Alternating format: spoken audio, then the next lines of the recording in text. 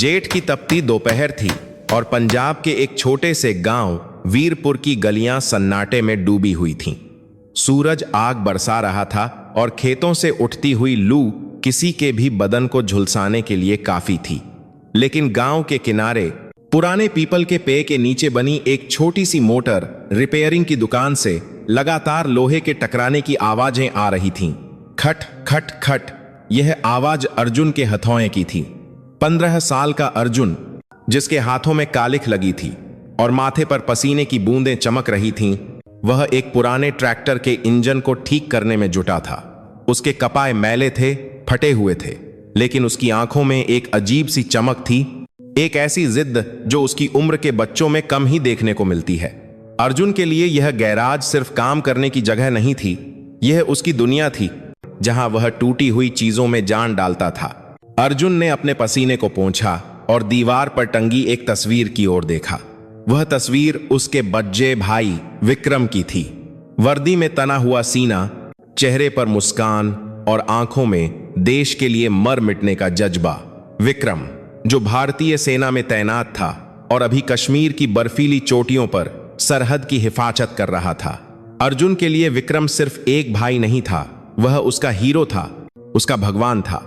बचपन से ही अर्जुन ने विक्रम की उंगली पकड़कर चलना सीखा था। जब पिताजी का साया सर से उठ गया था तो विक्रम ने ही अपनी पाई छोकर खेती और घर की जिम्मेदारी संभाली थी, ताकि अर्जुन पाट सके, ताकि अर्जुन का बचपन गरीबी के बोझ तले न दब जाए। और फिर एक दिन विक्रम ने वर्दी पहन ली। अर्जुन को आज भी वह दिन याद है जब विक्रम छुट्टी पूरी करके वापस ड्यूटी पर जा रहा था। मां की आंखों में आंसू थे। उन्होंने विक्रम के माथे पर दही चीनी का टीका लगाया था और कांपती आवाबाद में कहा था, बेटा, पीठ दिखाकर मत आना और अपनी जान की हिफाजत करना। विक्रम ने मां के पैर छुए थे और फिर अर्जुन को गले लगाकर कहा था, छोटू, घर का ख्याल रखना, मैं सरहद संभाल लूंगा, तू घर संभाल लेना। उस याद ने अर्जुन के चेहरे पर एक मुस्कान ला दी। लेकिन अगले ही पल रेडियो पर बजती एक खबर ने उस मुस्कान को चिंता की लकीरों में बदल दिया। दुकान के बाहर रामू काका की चाय की टपरी पर रेडियो चल रहा था। अनाउंसर की गंभीर आवाज़ हवा में गूंजी, कश्मीर के कुपवाशा सेक्टर में आतंकवादियों से मुठभेड़, घात लगाकर किए गए हमले में हमारे 3 जवान शहीद। सूत्रों के मुताबिक आतंकवादियों ने स्टील की गोलियों का इस्तेमाल किया जो बुलेट प्रूफ जैकेट को भी भेद गईं। अर्जुन का हथौड़ा हवा में ही रुक गया। उसके कानों में सिर्फ एक शब्द गूंज रहा था, शहीद। उसका दिल जोर जोर से धड़कने लगा। उसने तुरंत अपना काम छोड़ा और दौड़कर रामू काका की दुकान पर गया। वहां गांव के कुछ बुजुर्ग हुक्का पी रहे थे और चेहरे लटकाए बैठे थे। अर्जुन ने हाफनते हुए पूछा, काका, कौन सी बटालियन थी, कहां हुआ यह हमला? रामू काका ने अर्जुन के घबराए हुए चेहरे को देखा और सर पर हाथ फेरते हुए बोले, बेटा, अभी खबर पूरी नहीं आई है, तू चिंता मत कर, तेरा भाई शेर है, उसे कुछ नहीं होगा, वाहे गुरु सब ठीक करेंगे।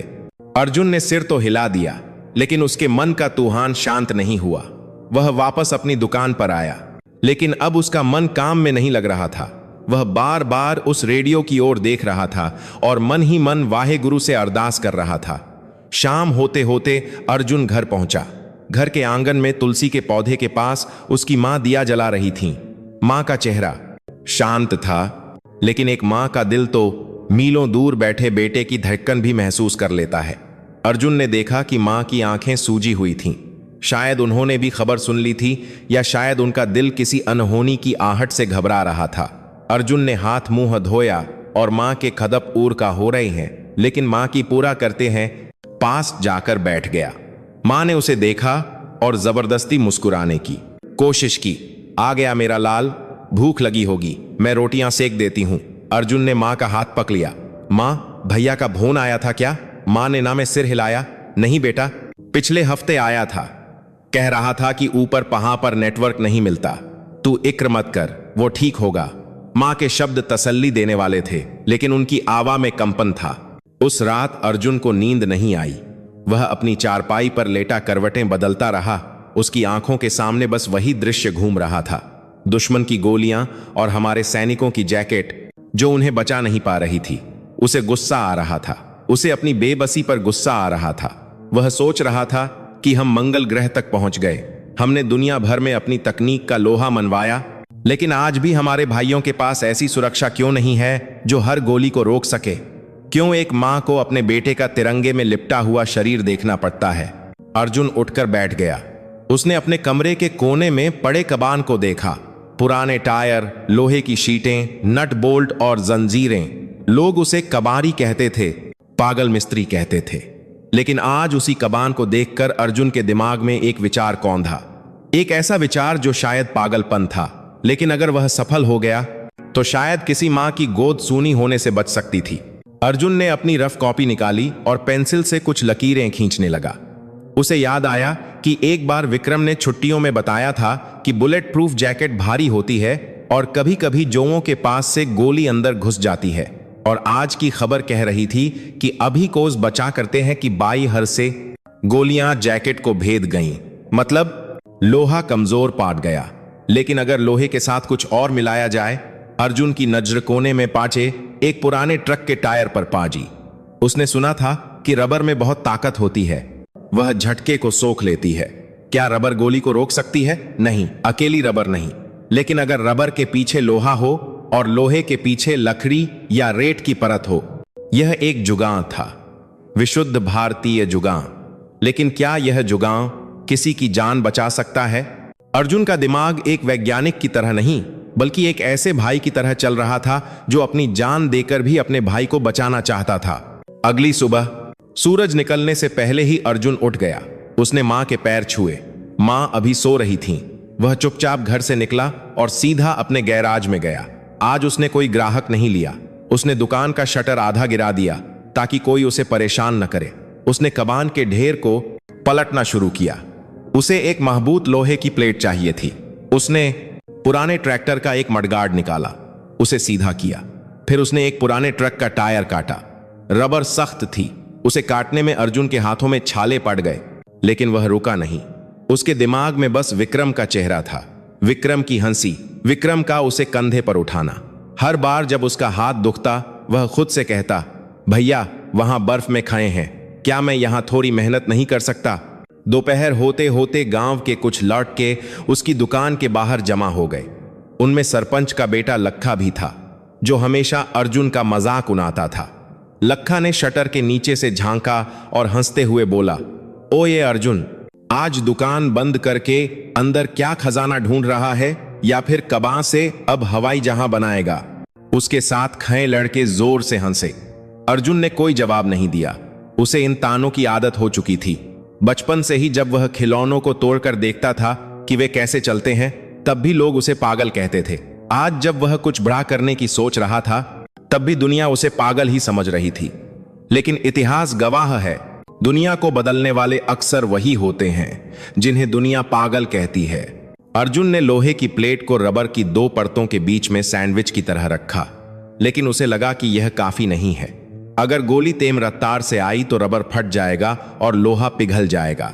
उसे कुछ ऐसा चाहिए था जो गोली की गर्मी और रफ्तार को कम कर सके। उसकी कामनी नजर बोरी में रखी रेत पर पड़ी। उसने सुना था कि रेत की बोरियां बंकर बनाने के काम आती हैं, क्योंकि वे गोलियों को रोक लेती हैं। अर्जुन ने सोचा, अगर मैं रबर और लोहे के बीच में महीन रेत की एक पतली परत भर दूं, यह वजन बढ़ाएगा लेकिन सुरक्षा भी बढ़ाएगा। उसने तुरंत काम शुरू किया। उसने लोहे की पतली जाली बनाई, उसमें छनी हुई रेत भरी और उसे रबर के साथ कस दिया। पसीना उसकी आंखों में जा रहा था, हाथ काले और जख्मी थे, लेकिन अर्जुन एक धुन में था। वह एक ऐसा कवच बना रहा था जिसे पहनने वाला यमराज को भी चकमा दे सके। शाम को जब वह घर लौटा तो मां ने उसे दरवाजे पर ही रोक लिया। अर्जुन, तूने आज दुकान नहीं खोली? लखा कह रहा था तू अंदर बैठकर कुछ तो बचफौच कर रहा है। बेटा, घर कैसे चलेगा अगर तू काम नहीं करेगा? मां की आवाबा में चिंता थी। अर्जुन ने मां को पानी का गिलास दिया और उन्हें बैठाया। उसने गहरी सांस ली और कहा, मां, मैं कुछ बना रहा हूं, कुछ ऐसा जो भैया के काम आएगा, कुछ ऐसा जो हमारे देश के जवानों को बचाएगा। मां ने उसकी नादान आंखों में देखा। उन्हें समझ नहीं आया कि यह 15 साल का बच्चा ऐसा क्या बना लेगा जो सरकार नहीं बना पाई। लेकिन उन्होंने उसके जुनून देखा करता है, लेकिन उन्होंने उसके जुनून देखा के दोन की को महसूस किया। उन्होंने उसके सर पर हाथ फेरा। बेटा, तेरा दिल बहुत बड़ा है, लेकिन तू अकेला क्या कर लेगा? यह सब बड़े लोगों का काम है। अर्जुन ने माँ का हाथ अपने हाथों में लिया। माँ, राम सेतु बनाने में गिलहरी ने भी तो मदद की थी ना। मैं बस कोशिश कर रहा हूं। अगर मेरी कोशिश से एक भी जान बच गई तो मेरा जीवन सफल हो जाएगा। माँ की आंखों से आंसू छलक पड़े। उन्होंने अर्जुन को गले लगा लिया। उस रात अर्जुन को लगा कि उसे दुनिया की सबसे बड़ी ताकत मिल गई है, माँ का आशीर्वाद। अगले 3 दिन अर्जुन ने दिन रात एक कर दिया। वह स्कूल नहीं गया, उसने खाना पीना भी बमुश्किल किया। उसने अलग अलग तरह के मटेरियल को मिलाकर देखा। कभी वह सिरेमिक टाइल्स के टुकड़ों का इस्तेमाल करता, कभी पुरानी गायों के कांच का। कई बार वह फेल हुआ। कभी ढांचा बहुत भारी हो जाता, जिसे पहनकर चलना मुश्किल था। कभी वह इतना हल्का होता कि उसे भरोसा नहीं होता। 3 दिनों की काजी मेहनत के बाद उसके सामने एक अजीब सा दिखने वाला जैकेट तैयार था। यह देखने में सुंदर नहीं था। यह पुराने टायरों के टुकड़ों, नट बोल्ट और लोहे की पट्टियों से बना एक भद्दा सा कवच लग रहा था। इसमें न कोई चमक थी, न कोई फिनिशिंग। लेकिन जब अर्जुन ने उसे उठाया तो उसे उसमें एक महबूती महसूस हुई। उसने उसका नाम रखा रक्षा कवच। अब बारी थी इम्तिहान की। बिना टेस्ट किए यह सिर्फ कबान का एक टुक्का था, और टेस्ट करने के लिए उसे चाहिए थी एक गोली, एक असली गोली। अर्जुन का दिल बैठ गया। वह एक आम नागरिक था। उसके पास बंदूक कहां से आएगी? और अगर वह किसी से मांगेगा तो लोग उसे पुलिस के हवाले कर देंगे। वह अपनी दुकान में बैठा इसी उधेबुन में था कि तभी उसे याद आया कि गांव के सरपंच ठाकुर बलदेव सिंह के पास एक लाइसेंसी राइफल है। ठाकुर साहब पुराने कमाने के आदमी थे, काकक मिसान के, लेकिन वे फौजियों की बहुत इज्जत करते थे क्योंकि उनके पिता भी फौज में थे। लेकिन क्या वे एक बच्चे की बात मानेंगे? क्या वे अपनी राइफल से इस कबान पर गोली चलाने को तैयार होंगे? यह जोखिम भरा था। अगर ठाकुर साहब नाराज हो गए तो वे अर्जुन की दुकान बंद करवा सकते थे। उसका और उसकी मां का दाना पानी छिन सकता था। लेकिन अर्जुन के पास और कोई रास्ता नहीं था। उसे अपनी बनाई चीज पर भरोसा था। उसे अर्जुन के पास अभी को आंख पर भरोसा था, और उस भरोसे की खातिर वह हर जोखिम उठाने को तैयार था। उसने रक्षा कवच को एक बोरी में लपेटा, उसे अपनी साइकिल के पीछे बांधा और कांपते हुए पैरों से सरपंच की हवेली की ओर चल पचा। रास्ते भर वह मन ही मन रिहर्सल कर रहा था कि वह क्या कहेगा। उसके दिल की धड़कनें कानों में सुनाई दे रही थीं। उसे पता नहीं था कि अगले 1 घंटे में उसकी जिंदगी बदलने वाली थी। या तो उसे दुनिया की नजरों में हीरो बनने का मौका मिलेगा, या फिर हमेशा के लिए हंसी का पात्र। ठाकुर बलदेव सिंह की हवेली गांव के बीचों बीच एक किले की तरह खड़ी थी। ऊंची दीवारें, बड़ा सा लोहे का गेट, और गेट पर मूंछों पर ताव देते हुए पहरेदार।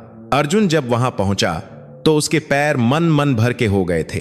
उसने अपनी साइकिल को दीवार के सहारे खसा किया और उस बोरी को, जिसमें उसका रक्षा कवच लिपटा हुआ था, अपने सीने से लगा लिया, जैसे कोई मां अपने नवजात बच्चे को दुनिया की बुरी नजरों से बचाने की कोशिश कर रही हो। पहरेदार ने उसे रोका। ए अर्जुन, यहां क्या काम है?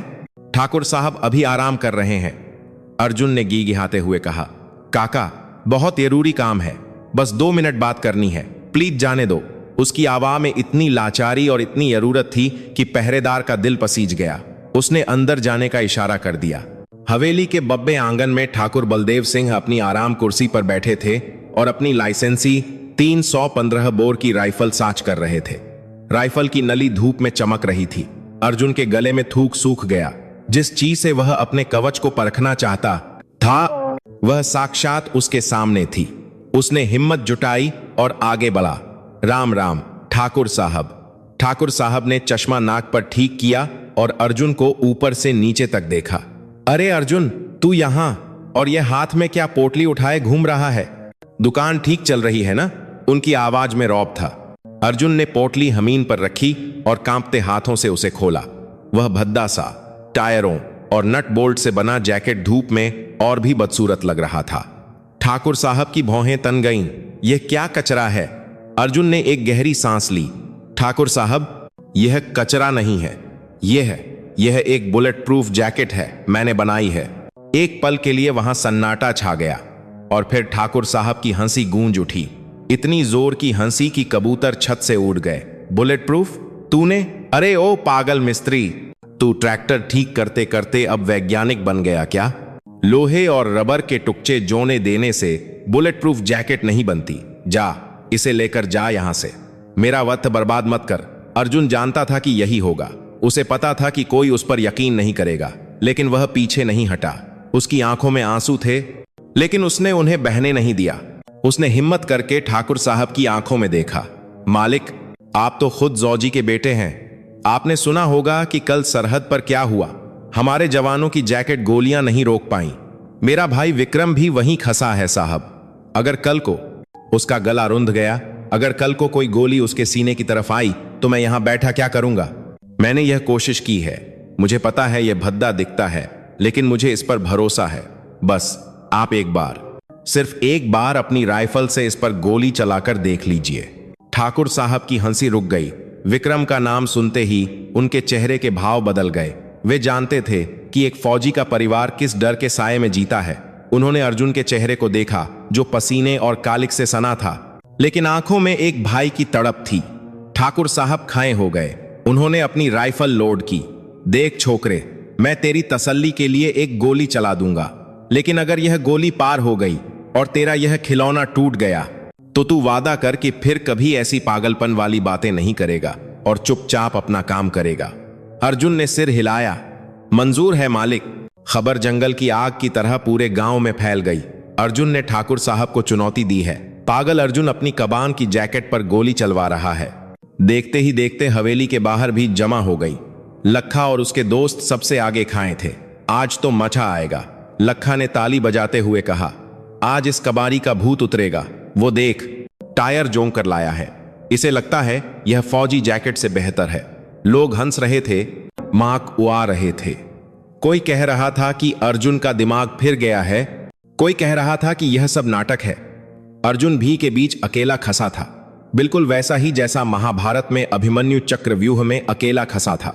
फर्क सिर्फ इतना था कि आज उसके हाथ में हथियार नहीं, बल्कि एक उम्मीद थी। ठाकुर साहब ने अपने नौकर से कहकर एक लखा जी का बड़ा कुंदा लॉग मंगवाया। अर्जुन ने उस कुंदे को खचा किया और उस पर अपना रक्षा कवच पहना दिया, यह देखने के लिए कि गोली आर पार होती है या नहीं। अर्जुन ने जैकेट के पीछे कुंदे पर एक सैद कागन चिपका दिया। अगर गोली जैकेट को भेद कर कुंदे में लगी तो कागन फट जाएगा, सब सान हो जाएगा। माहौल में तनाव इतना गहरा था कि उसे चाकू से काटा जा सकता था।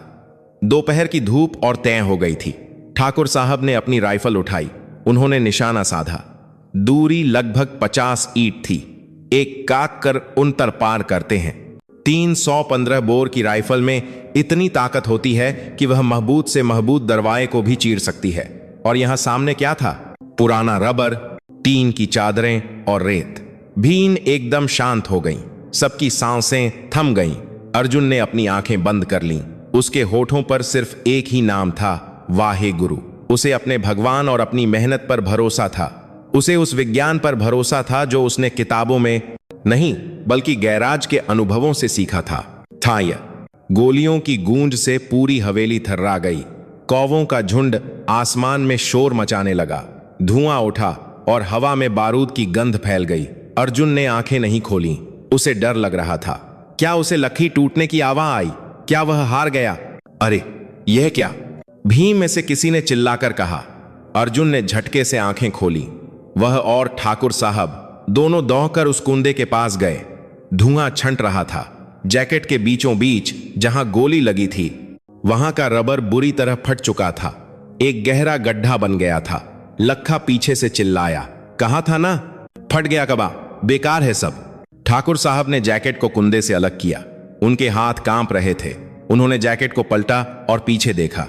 वहां चिपका हुआ सेत कागन बिल्कुल कोरा था। उस पर एक खरोंच तक नहीं थी। ठाकुर साहब की आंखें फटी की फटी रह गईं। गोली जैकेट के अंदर घुसी तो थी, लेकिन बाहर नहीं निकली थी। उन्होंने जेब से चाकू निकाला और जैकेट के उस गड्ढे को कुरेदना शुरू किया। रबर की परत फटी हुई थी। उसके नीचे लोहे की जाली मुही हुई थी और उसके अंदर रेत और पिघले हुए लेड सीसा का एक चपटा टुकटा पात था। गोली रेत की परत में फंसकर अपनी रफ्तार खो चुकी थी और लोहे की प्लेट ने उसे वहीं रोक दिया था। अर्जुन का जुगाड़ काम कर गया था। ठाकुर साहब ने वह चपटी हो चुकी गोली बाहर निकाली और उसे हवा में ऊपर उठाया। रुक गई। वे चिल्लाए, गोली रुक गई। इस लड़के ने कमाल कर दिया। भी जो एक पल पहले तक मजाक उड़ा रही थी अब सन्न थी। लखा का मुंह खुला का खुला रह गया। अर्जुन वहीं मिट्टी में घुटनों के बल बैठ गया। उसका शरीर कांप रहा था, लेकिन अब डर से नहीं, बल्कि उस भारी बोझ के उतर जाने से जो उसके सीने पर था। उसने हमीन को चूमा। शुक्रिया वाहेगुरु, शुक्रिया। ठाकुर साहब अर्जुन के पास आए। उन्होंने उस 15 साल के लड़के को, जिसे वे कुछ देर पहले हिकारत से देख रहे थे, अब अपनी बाहों में उठा लिया। मुझे मां कर दे बेटा, मैंने तुझे पहचानने में गलती कर दी। तू मिस्त्री नहीं, तू तो विश्वकर्मा है। उनकी आंखों में नमी थी। यह जैकेट सिर्फ रबर और लोहे की नहीं है, इसमें एक भाई की दुआएं मिली हुई हैं। वरना 315 की गोली को रोकना किसी मामूली ची के बस की बात नहीं। गांव के लोग अब जयकारे लगा रहे थे, अर्जुन जिंदाबाद, भारत माता की जय। लेकिन अर्जुन का ध्यान शोर पर नहीं था। उसका दिमाग अब अगले कदम पर था। यह तो सिर्फ शुरुआत थी। यह एक प्रोटोटाइप था। अभी इसे हल्का बनाना था, इसे पहनने लायक बनाना था, और सबसे बड़ी बात, इसे वहां पहुंचाना था जहां इसकी असली जरूरत थी। सरहद पर, कश्मीर में, विक्रम के पास। ठाकुर साहब ने भी को शांत कराया और गंभीर आवाज में बोले, अर्जुन, यह चीज गांव में रखने लायक नहीं है। यह देश की अमानत है। मैं कल ही इले के डीएम साहब और आर्मी के कर्नल साहब से बात करूंगा। उन्हें यह देखना ही होगा। लेकिन राह इतनी आसान नहीं थी। गांव की तालियां और शहर की हकीकत में बहुत फर्क होता है। अर्जुन को नहीं पता था कि उसका यह आविष्कार उसे अब ऐसी दुनिया में ले जाने वाला था जहां सिर्फ विज्ञान नहीं, बल्कि बपए अफसरों के अहंकार और सरकारी फाइलों की सुस्त रफ्तार से भी लड़ना पड़ेगा। और उधर सीमा पर हालात बिगड़ रहे थे। उसी शाम टीवी पर ब्रेकिंग न्यूज आई। एलओसी पर भारी गोलीबारी, घुसपैठ की कोशिश थे। अर्जुन ने टीवी स्क्रीन को देखा। उसका दिल कह रहा था, जल्दी कर अर्जुन, वक्त बहुत कम है। अगली सुबह सूरज निकलने से पहले ही ठाकुर साहब की पुरानी जीप धूल उड़ाती हुई वीरपुर से निकल चुकी थी। ड्राइविंग सीट पर खुद ठाकुर बलदेव सिंह थे और बगल वाली सीट पर बैठा था अर्जुन। उसकी गोद में वही बोरी थी जिसमें देश की सुरक्षा की एक नई उम्मीद लिपटी हुई थी। मां ने चलते वक्त अर्जुन को दही चीनी खिलाई थी और ठाकुर साहब से हाथ जोड़कर कहा था, मालिक, मेरा बच्चा नादान है, इसे शहर के तौर तरीके नहीं पता, इसका ख्याल रखना। जीप के पहिए सड़क पर दौड़ रहे थे, लेकिन अर्जुन का मन उससे भी तेज भाग रहा था। वे लोग जालंधर कैंट की तरफ जा रहे थे, जो वहां से सबसे नजदीकी और बड़ा सैन्य अड्डा था। रास्ते भर अर्जुन ने खेतों को पीछे छूटते देखा। उसने देखा कि कैसे खुली हवा की जगह धीरे धीरे कंक्रीट की इमारतों और प्रदूषण ने ले ली। शहर आ गया था और शहर के साथ आया एक डर। क्या शहर वाले उसकी बात सुनेंगे? गांव में सब एक दूसरे को जानते थे, लेकिन यहां तो लोग बिना मतलब के किसी की तरफ देखते भी नहीं थे। 2 घंटे के सफर के बाद जीप जालंधर आर्मी कैंटोनमेंट के विशाल लोहे के गेट के सामने जाकर रुकी। ऊंची दीवारें जिन पर कंटीले तार लगे थे, संतरी पोस्ट पर मशीन गन ताने खड़े जवान। अर्जुन ने ऐसा नजारा सिर्फ फिल्मों में देखा था। असलियत में यह रोंगटे खड़े कर देने वाला था। ठाकुर साहब ने जीप रोकी और नीचे उतरे।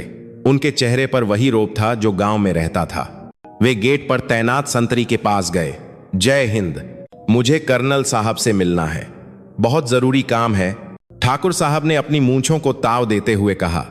संतरी ने उन्हें ऊपर से नीचे तक देखा। धोती कुर्ता पहने एक देहाती बुजुर्ग और साथ में एक महिला कुचैला लड़का। संतरी ने रूखेपन से पूछा, अपॉइंटमेंट है क्या? कर्नल साहब ऐसे ही किसी से नहीं मिलते। यह आर्मी एरिया है, कोई पंचायत भवन नहीं। ठाकुर साहब का चेहरा लाल हो गया। भाई, हम यहां पंचायत लगाने नहीं आए हैं। यह लड़का एक ऐसी चीज लाया है जो फौज के काम आ सकती है। हमने इसका टेस्ट किया है। यह जैकेट गोली रोक सकती है। संतरी और उसके साथी जोर से हंस पड़े।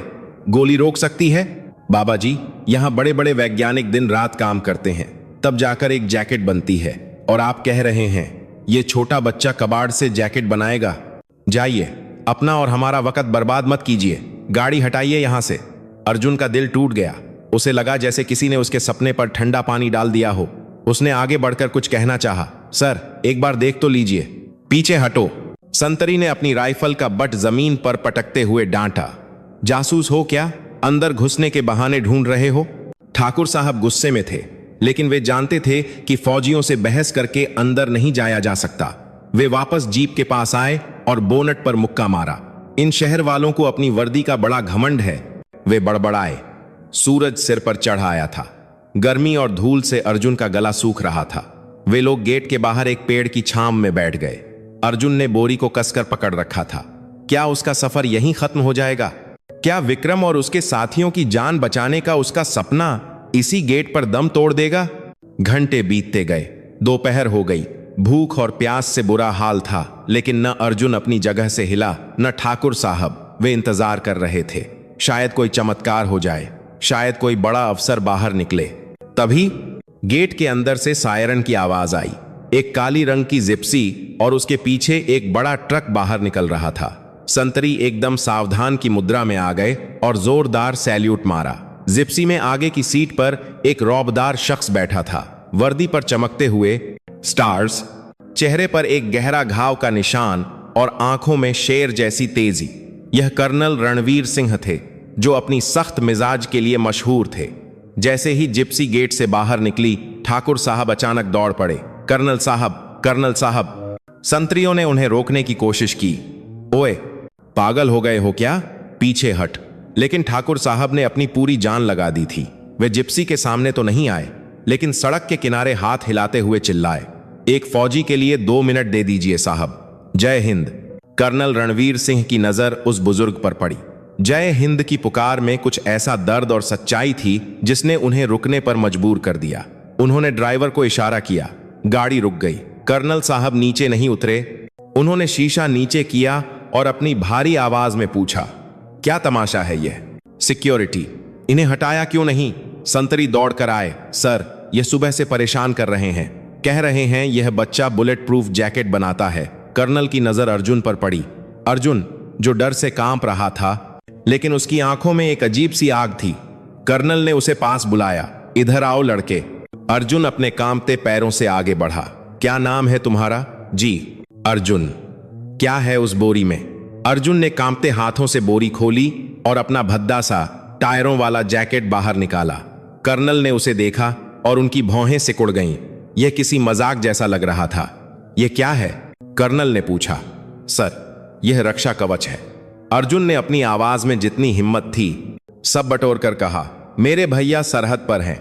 मैंने सुना दुश्मन की गोलियां हमारे जवानों की जैकेट पार कर रही हैं, इसलिए मैंने यह बनाया। यह आपकी जैकेट से सस्ती है और शायद उससे मजबूत भी। कर्नल रणवीर हंसे नहीं, वे गंभीर हो गए। बेटे, जज्बात से जंग नहीं जीती जाती, विज्ञान और तकनीक चाहिए होती है। डीआरडी के वैज्ञानिक सालों रिसर्च करते हैं। तुम स्कूल जाने वाले बच्चे हो, तुमने यह कैसे बना लिया? अर्जुन ने सीधे कर्नल की आंखों में देखा। सर, वैज्ञानिक दिमाग से सोचते हैं, मैं दिल से सोचता हूं। मैंने इसमें स्टील, रबर और रेत का इस्तेमाल किया है। कल ठाकुर साहब ने अपनी 315 की राइफल से इस पर गोली चलाई थी। गोली पार नहीं हुई सर, आप देख सकते हैं। उसने जैकेट का वह हिस्सा दिखाया जहां गोली फंसी थी। कर्नल ने उस गड्ढे को देखा। वे एक अनुभवी फौजी थे। वे जानते थे कि 315 की गोली में कितनी ताकत होती है। अगर वाकई इस कबाड़ ने उसे रोका है तो यह कोई मामूली बात नहीं थी। लेकिन सेना के मानक स्टैंडर्ड्स अलग होते हैं। देखो अर्जुन, कर्नल ने नरम लहजे में कहा, गांव की राइफल और सेना की AK-47 आग 47 या इंसास राइफल में जमीन आसमान का फर्क होता है। युद्ध के मैदान में हम सैनिकों की जान जोखिम में नहीं डाल सकते। तुम्हारा प्रयास अच्छा है, लेकिन यह हमारे किसी काम का नहीं। घर जाओ और पढ़ाई करो। कर्नल ने शीशा चढ़ाना शुरू किया। अर्जुन को लगा जैसे सब खत्म हो गया, लेकिन तभी उसे विक्रम का चेहरा याद आया। उसे याद आया कि अगर वह आज हार मान गया तो कल शायद तिरंगे में लिपटा हुआ कोई ताबूत उसके घर आ सकता है। वह चीखा, साहब, अगर मेरा भाई मर गया तो क्या आपकी साइंस उसे वापस ला पाएगी? कर्नल का हाथ शीशे के बटन पर रुक गया। पूरा माहौल जम गया। संतरी भी सन्न रह गए। किसी की हिम्मत नहीं थी कर्नल रणवीर से ऐसे बात करने की। अर्जुन की आंखों से आंसू बहने लगे। साहब, मुझे कुछ नहीं चाहिए, न पैसा न इनाम, बस एक बार, सिर्फ एक बार इसे अपनी बड़ी वाली बंदूक से टेस्ट कर लीजिए। अगर यह फेल हो गया तो आप मुझे जेल में डाल देना, मुझे जासूस समझकर गोली मार देना। लेकिन अगर यह पास हो गया तो साहब, हजारों माओं की गोद उजड़ने से बच जाएगी। प्लीज साहब। ठाकुर साहब ने भी हाथ जोड़ लिए। हुजूर, मैं भी फौजी का बेटा हूं, झूठ नहीं बोलूंगा। इस लड़के ने 3 दिन खाना नहीं खाया है। इसके भरोसे की एक परीक्षा ले लीजिए। कर्नल रणवीर सिंह ने अर्जुन के आंसुओं में वह सच देखा जो अक्सर फाइलों में दब जाता है। उन्होंने एक पल सोचा। नियम कहते थे कि सिविलियन का बनाया कुछ भी ऐसे टेस्ट नहीं किया जा सकता, लेकिन उनका दिल, एक सैनिक का दिल, कह रहा था कि इस जाले सबसे पहले बच्चे को एक मौका मिलना चाहिए। उन्होंने दरवाजा खोला और बाहर निकले। उनकी लंबाई 6 फुट से ज्यादा थी। वे अर्जुन के सामने एक पहाड़ की तरह खड़े थे। गाड़ी में बैठो, कर्नल ने संक्षेप में कहा। संतरी और ठाकुर साहब दोनों हैरान थे। सर, आप इसे फायरिंग रेंज ले जा रहे हैं? संतरी ने दबी जबान में पूछा। कर्नल ने उसे घूर कर देखा। तुम्हें कोई शक है जवान? नो सर, संतरी ने सलूट मारा। जीप अब कैंट के अंदर थी। अर्जुन ने खिड़की से बाहर देखा। अंदर की दुनिया एकदम अलग थी। साफ सड़कें, अनुशासन में चलते जवान, टैंक और तोपें। लेकिन उसे डर नहीं लग रहा था। अब उसे बस अपनी मंजिल दिखाई दे रही थी। जीप फायरिंग रेंज की तरफ मुड़ गई। यह एक खुला मैदान था जहां दूर दूर तक रेत के टीले बने हुए थे। गोलियों की तड़तड़ाहट से हवा गूंज रही थी। कर्नल ने firing T incharge major Datta को बुलाया। मेजर दत्ता एक नौजवान अफसर थे जो तकनीकी मामलों के जानकार थे। मेजर, इस ऑब्जेक्ट को टेस्ट करना है। कर्नल ने अर्जुन के जैकेट की तरफ इशारा किया। मेजर दत्ता ने जैकेट को हाथ में लिया और नाक सिकोड़ी। सर, ये क्या है? ये तो कबाड़ लग रहा है। इसका वजन भी बहुत ज्यादा नहीं है और फिनिशिंग तो है ही नहीं। हम इस पर एम्यूनिशन, गोला बारूद क्यों वेस्ट कर रहे हैं? कर्नल ने अर्जुन की तरफ देखा। क्योंकि इस बच्चे को लगता है कि यह AK-47 की गोली रोक सकता है, और मुझे इसकी आंखों में जो विश्वास दिख रहा है उसे मैं बिना परखे खारिज नहीं करना चाहता। मेजर दत्ता ने अर्जुन को देखा और व्यंग्य से मुस्कुराए। ठीक है यंग मैन, लेकिन याद रखना, यह 315 की गोली नहीं है। यह 762 की स्टील कोर बुलेट होगी। यह लोहे की चादर को मक्खन की तरह काट देती है। तुम्हारा यह खिलौना चिथड़े चिथड़े हो जाएगा। अर्जुन ने निडर होकर कहा। आप गोली चलाइए सर। अगर यह टूटा तो मैं अपने टुकड़े भी यहीं से समेट कर ले जाऊंगा। रेंज पर तैयारी शुरू हुई। एक पुतले मैनेक्विन को खड़ा किया गया और उस पर अर्जुन का बनाया रक्षा कवच पहनाया गया। पुतला लगभग 100 मीटर दूर था। मेजर दत्ता ने अपनी सर्विस राइफल उठाई। यह एक आधुनिक असॉल्ट राइफल थी। ठाकुर साहब ने अर्जुन का कंधा दबाया। वाहे गुरु का नाम ले बेटा। अर्जुन ने अपनी मुट्ठियां भींच लीं। उसका दिल इतनी जोर से धड़क रहा था कि उसे अपनी पसलियों में दर्द महसूस हो रहा था। मेजर दत्ता ने पोजीशन ली। उन्होंने राइफल का लॉक हटाया। क्लिक की आवाज मौत की घंटी जैसी लगी। कर्नल रणवीर दूरबीन बिनोक्यूलर्स लगाकर देख रहे थे। फायर, कर्नल ने आदेश दिया। एक धमाका हुआ, गांव की राइफल से कई गुना तेज और भयानक। अर्जुन का शरीर झटके से पीछे हुआ। उसने देखा कि पुतला थोड़ा हिला। धूल का गुबार उठा। क्या हुआ? क्या गोली पार हो गई? क्या पुतले के पीछे छेद हो गया? मेजर दत्ता ने राइफल नीचे की ओर मुस्कुराए। लगता है काम तमाम हो गया। चलो देखते हैं। वे सब पुतले की तरफ बढ़े। अर्जुन के पैर भारी हो गए थे।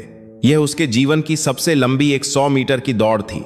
जब वे पास पहुंचे तो देखा कि जैकेट के सामने वाले हिस्से में एक बड़ा छेद हो गया था। रबर जल चुका था। मेजर दत्ता ने कहा, देखो, मैंने कहा था ना, पूरा अंदर तक घुस गया है। कर्नल ने पुतले को पीछे से देखा। वहां सन्नाटा छा गया। पुतले की पीठ साबुत थी। गोली जैकेट के अंदर थी लेकिन बाहर नहीं निकली थी। मेजर दत्ता की मुस्कान गायब हो गई। उन्होंने जल्दी से जैकेट खोली। गोली ने पहली परत को तोड़ा था, रेत की परत को बिखेरा था, लेकिन अंतिम लोहे की परत पर आकर वह एक चपटे सिक्के की तरह चिपकी हुई थी। लोहे की प्लेट थोड़ी मुड़ गई थी। उस पर एक गहरा उभार आ गया था, लेकिन वह टूटी नहीं थी। इम्पॉसिबल। मेजर दत्ता बड़बड़ाए। यह कैसे हो सकता है? यह मटेरियल तो स्टैंडर्ड भी नहीं है। कर्नल रणवीर ने अर्जुन की तरफ देखा। इस बार उनकी आंखों में दया नहीं, सम्मान था।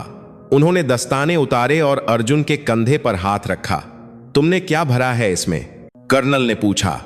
रेत सर, अर्जुन ने धीरे से कहा।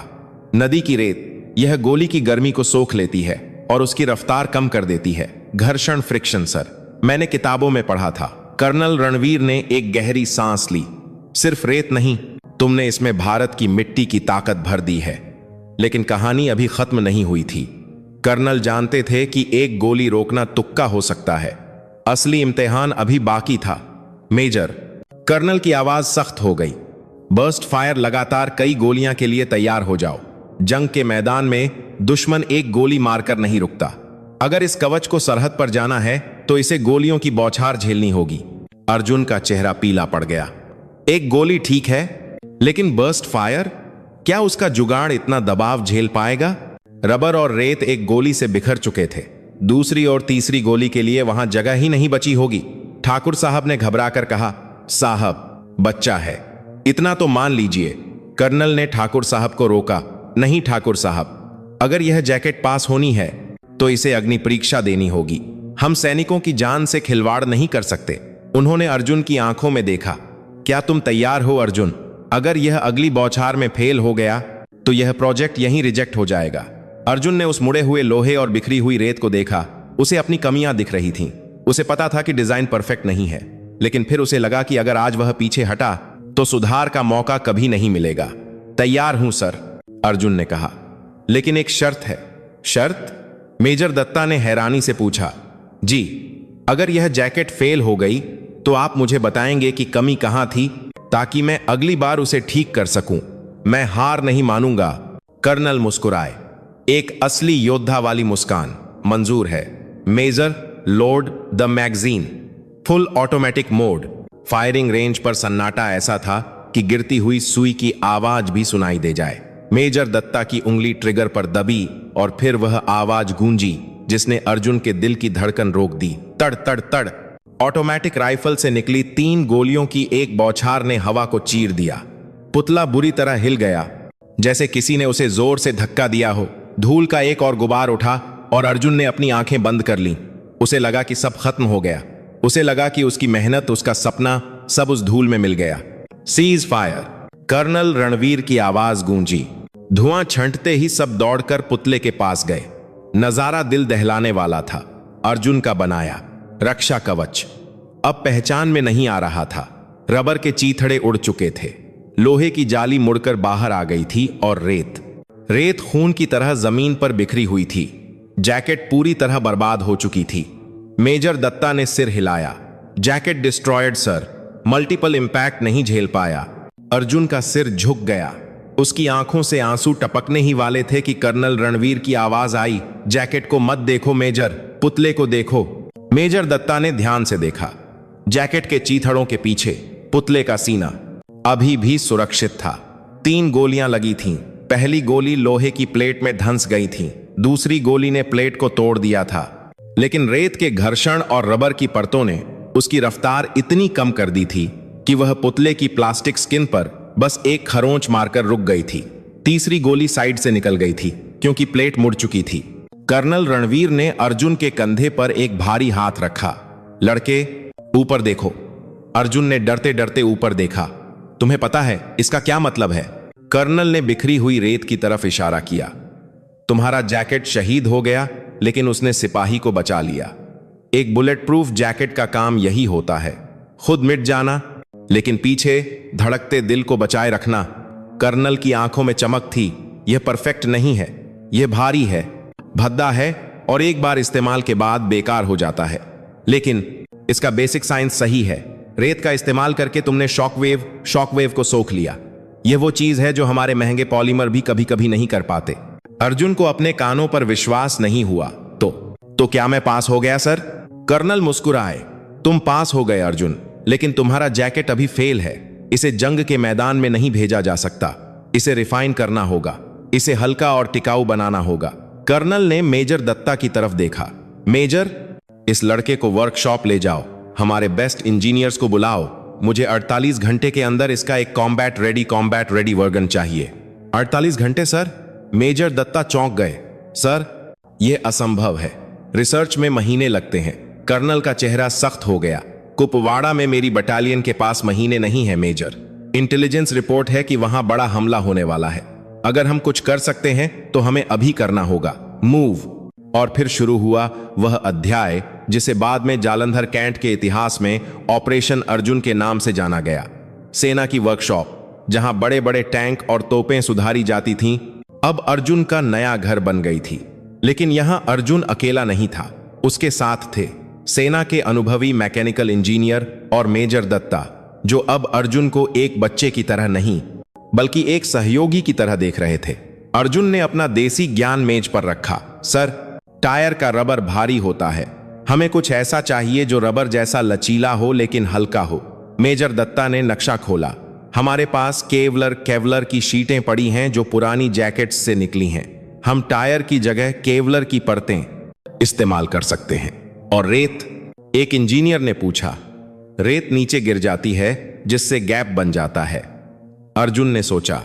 उसे अपने गांव का मधुमक्खी का छत्ता याद आया।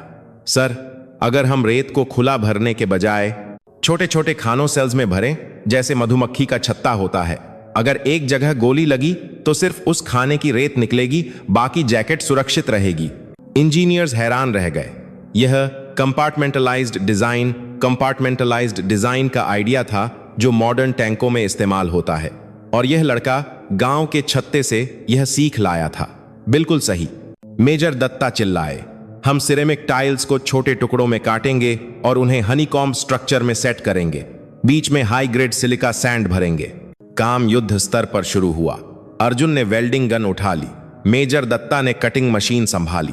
पूरी रात वर्कशॉप में चिंगारियां उड़ती रहीं। कॉफी के कप खाली होते रहे, लेकिन कोई सोया नहीं। अर्जुन की आंखों में नींद नहीं थी, सिर्फ विक्रम का चेहरा था। उसे लग रहा था कि हर एक नट जो वह कस रहा है, वह विक्रम की जिंदगी की एक डोर मजबूत कर रहा है। सुबह के 4 बजे अर्जुन ने एक ब्रेक लिया। वह बाहर आया और उसने घर फोन किया। फोन की घंटी बजती रही। काफी देर बाद मां ने फोन उठाया। मां। अर्जुन। मां की आवाज घबराई हुई थी। तू ठीक है बेटा? ठाकुर साहब ने बताया तू फौजियों के साथ है। हाँ मां, मैं ठीक हूं, हम काम कर रहे हैं। मां चुप रही, फिर सुबकते हुए बोली, बेटा टीवी पर दिखा रहे हैं, कश्मीर में बहुत बुरा हाल है, गोलीबारी रुक ही नहीं रही। मुझे बहुत डर लग रहा है अर्जुन, तेरा भाई। अर्जुन का दिल बैठ गया।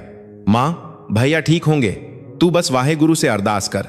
मैं यहां से उनके लिए कवच भेज रहा हूं, बस थोड़ा इंतजार और। फोन रखने के बाद अर्जुन की आंखों में आंसू थे, लेकिन अब वे आंसू कमजोरी के नहीं, आग के थे। वह वापस वर्कशॉप में गया।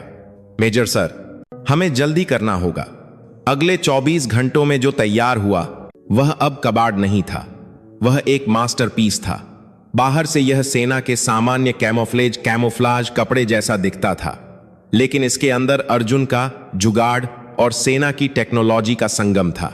केवलर की परतों के बीच में एक लग्जान साथ अमार की मतला सिरेमिक और सिलिका रेत का एक जाल बुना गया था। लोहे की जगह अब टाइटेनियम अलॉय की पतली प्लेट्स थीं जो वर्कशॉप के कबाड़ से ही निकाली गई थीं। इसका वजन पहले से आधा था, लेकिन मजबूती दोगुनी। मेजर दत्ता ने उस पर हाथ फेरा। इसका नाम क्या रखें? अर्जुन ने धीरे से कहा, रक्षक। इसका नाम रक्षक, द प्रोटेक्टर होगा। कर्नल रणवीर वहां आए। उन्होंने नई जैकेट देखी। दिखने में तो अच्छी है, लेकिन क्या यह काम करेगी? मेजर दत्ता ने आत्मविश्वास से कहा, सर, सिमुलेशन और टेस्ट में यह हमारी स्टैंडर्ड जैकेट से 40% ज्यादा शॉक एब्जॉर्ब कर रही है। अर्जुन का हनीकॉम्ब आइडिया गेम चेंजर है। कर्नल ने घड़ी देखी। ट्रांसपोर्ट प्लेन 1 घंटे में श्रीनगर के लिए उड़ान भरेगा। हमारे पास सिर्फ 20 जैकेट तैयार हैं। क्या यह काफी होंगी? अर्जुन बोल पड़ा, सर, विक्रम की यूनिट में 18 लोग हैं, 20 काफी हैं। कर्नल ने अर्जुन को देखा। तुम जानते हो हम यह रिस्क क्यों ले रहे हैं? क्योंकि वहां स्टील बुलेट्स के सामने हमारी पुरानी जैकेट फेल हो रही हैं। तुम्हारे पास खोने के लिए भाई है और मेरे पास मेरे बेटे जैसे जवान। अगर यह रक्षक काम कर गया तो तुम सिर्फ इतिहास नहीं बनाओगे, तुम भविष्य बचाओगे। 1 घंटे बाद जालंधर एयरबेस पर एक विशाल AN-32 ट्रांसपोर्ट प्लेन के इंजन गरज रहे थे। अर्जुन रनवे के किनारे खड़ा था। उसने देखा कि सैनिकों ने रक्षक जैकेट्स के बक्से प्लेन में लोड किए। उन बक्सों पर मोटे अक्षरों में लिखा था, prototype, handle with care, urgent for Kupwara. Plane ने उड़ान भरी और बादलों में ओझल हो गया। अर्जुन वहीं खड़ा आसमान को देखता रहा। उसका काम खत्म हो चुका था। अब सब कुछ किस्मत और उस जैकेट के भरोसे था। ठाकुर साहब ने अर्जुन के कंधे पर हाथ रखा। चल बेटा, अब घर चलते हैं। तूने अपना फर्ज निभा दिया। लेकिन अर्जुन का मन घर जाने का नहीं था। उसका मन उस प्लेन के साथ उड़ गया था। वह जानता था कि असली परीक्षा अब शुरू होगी। लैब में गोली रोकना अलग बात है, और असली जंग में, जहां मौत किसी भी दिशा से आ सकती है, वहां टिकना अलग बात है। 2 दिन बीत गए। वीरपुर गांव में सन्नाटा था। हर कोई अर्जुन की तरफ हमदर्दी और सवालिया नजरों से देख रहा था। क्या हुआ? क्या जैकेट पहुंची? क्या विक्रम बचा? अर्जुन अपनी दुकान में बैठा रेडियो को घूरता रहता था। कोई खबर नहीं थी, न टीवी पर, न फोन पर। यह खामोशी उसे अंदर ही अंदर खाए जा रही थी। लखा भी अब उसका मजाक नहीं उड़ा रहा था। माहौल की गंभीरता ने सबको चुप करा दिया था। तीसरे दिन की शाम जब अर्जुन गुरुद्वारे में माथा टेकने गया था, तभी गांव में एक जीप के आने की तेज आवाज हुई। यह ठाकुर साहब की जीप नहीं थी, यह सेना की गाड़ी थी। गांव के बच्चे चिल्लाते हुए आए, अर्जुन, अर्जुन, फौजी आए हैं, तेरे घर की तरफ जा रहे हैं। अर्जुन का खून जम गया। फौजी गाड़ी? घर पर? आमतौर पर फौजी गाड़ी घर तब आती है जब कोई बुरी खबर होती है। नहीं, नहीं वाहे गुरु, ऐसा नहीं हो सकता। अर्जुन नंगे पैर ही गुरुद्वारे से भागा। उसका दिल हलक में आ गया था। उसे मां का चेहरा याद आ रहा था। क्या विक्रम? जब वह अपने घर के पास पहुंचा तो देखा कि वहां पूरी भीड़ जमा है। एक आर्मी जिप्सी खड़ी है, 2 अफसर बाहर खड़े हैं, मां दरवाजे पर खड़ी हैं और रो रही हैं। अर्जुन के पैरों तले जमीन खिसक गई। वह लड़खड़ाया और गिरते गिरते बचा। भैया! उसके मुंह से एक चीख निकली। वह भीड़ को चीरता हुआ आगे बढ़ा। मां, क्या हुआ? भैया ठीक है ना? तभी भीड़ में से एक रास्ता बना और अर्जुन ने देखा। मां रो रही थीं, लेकिन वे दुहक के आंसू नहीं थे, वे खुशी के आंसू थे। मां के हाथ में एक फोन था जो अभी अभी स्पीकर पर डाला गया था, और फोन के दूसरी तरफ से एक जानी पहचानी आवाज आ रही थी। एक ऐसी आवाज जिसे सुनने के लिए अर्जुन के कान तरस गए थे। अर्जुन, ओए छोटू, सुन रहा है? यह विक्रम था। अर्जुन वहीं जमीन पर बैठ गया। भैया, आप जिंदा हैं? विक्रम की आवाज गूंजी, और उस आवाज में बारूद की गंध और जीत की खुशी दोनों थी। हिंदा हूं पगले, और सिर्फ मैं नहीं, मेरी पूरी यूनिट इंदा है। तेरे उस रक्षक ने कमाल कर दिया अर्जुन। हमें चारों तरफ से घेर लिया गया था। स्नाइपर सिर पर बैठे थे। पहली गोली मुझे ही लगी थी। भीड़ की सांसें थम गईं, सीधे सीने पर। मुझे लगा मैं गया, झटका जोर का लगा, मैं गिर भी गया, लेकिन मुझे खून नहीं निकला। तेरे उस कवच ने, उस रेत और रबर के टुकड़े ने, उस मौत को मेरे सीने से 2 इंच दूर रोक लिया। विक्रम हंसा, लेकिन उसकी हंसी में कंपन था। सिर्फ मैं नहीं, हवलदार सिंह और नायक पाटिल को भी गोलियां लगीं। पुरानी जैकेट होती तो आज हम तिरंगे में आते, लेकिन आज हम अपने पैरों पर चलकर वापस बेस पर आए हैं। कर्नल साहब कह रहे हैं कि तेरा वह जुगाड़ जादू है, जादू। अर्जुन ने फोन को सीने से लगा लिया और फूट फूट कर रोने लगा। सारा गांव, ठाकुर साहब, लखा, सब रो रहे थे। तभी जिप्सी के पास खड़े अफसर आगे आए। उनमें से एक मेजर दत्ता थे। उन्होंने अर्जुन को उठाया और सबके सामने उसे एक जोरदार सैल्यूट मारा। मिस्टर अर्जुन, मेजर ने गर्व से कहा, भारतीय सेना को आप पर नाज है। आपने जो किया है वह बड़े बड़े वैज्ञानिक नहीं कर पाए। आपकी जैकेट ने कल रात 18 जवानों की जान बचाई है। गांव में बोले सो निहाल, सत श्री अकाल के नारे गूंजने लगे। मां ने दौड़कर अर्जुन को गले लगा लिया। मेरा शेर, तूने अपने भाई को बचा लिया। लेकिन कहानी यहां खत्म नहीं हुई। मेजर दत्ता ने अपनी जेब से एक लिफाफा निकाला। अर्जुन, यह सिर्फ धन्यवाद देने के लिए नहीं है। रक्षा मंत्रालय ने तुम्हारे डिजाइन को अप्रूव कर दिया है। इसे अब बड़े पैमाने पर बनाया जाएगा, और कर्नल साहब चाहते हैं कि तुम आगे की पढ़ाई के लिए डिफेंस रिसर्च इंस्टीट्यूट ज्वाइन करो। सारा खर्चा सेना उठाएगी। अर्जुन ने उस लिफाफे को देखा, फिर अपनी मां को, और फिर उस कबाड़ की दुकान को जहां से यह सब शुरू हुआ था। उसने आंसू पोंछे और मुस्कुराया। मैं जाऊंगा सर, लेकिन पहले मुझे भैया से मिलना है। बिल्कुल, मेजर ने मुस्कुराते हुए जीप का दरवाजा खोला। चलो, तुम्हें हमारे रियल हीरो से मिलवाते हैं। जैसे ही अर्जुन जीप में बैठा, उसने आसमान की तरफ देखा। सूरज ढल रहा था, लेकिन उसके जीवन का सूरज अभी अभी उगा था। उसने साबित कर दिया था कि सरहद की हिफाजत सिर्फ बंदूक से नहीं होती, बल्कि एक भाई के प्यार और एक अटूट हौसले से भी हो सकती है। वह कबाड़ से बना कवच अब रक्षक बनकर हर सैनिक के सीने पर धड़कने वाला था। और इस तरह वीरपुर के एक छोटे से मैकेनिक ने, जिसे दुनिया पागल कहती थी, देश की सबसे बड़ी ताकत बनकर दिखाया।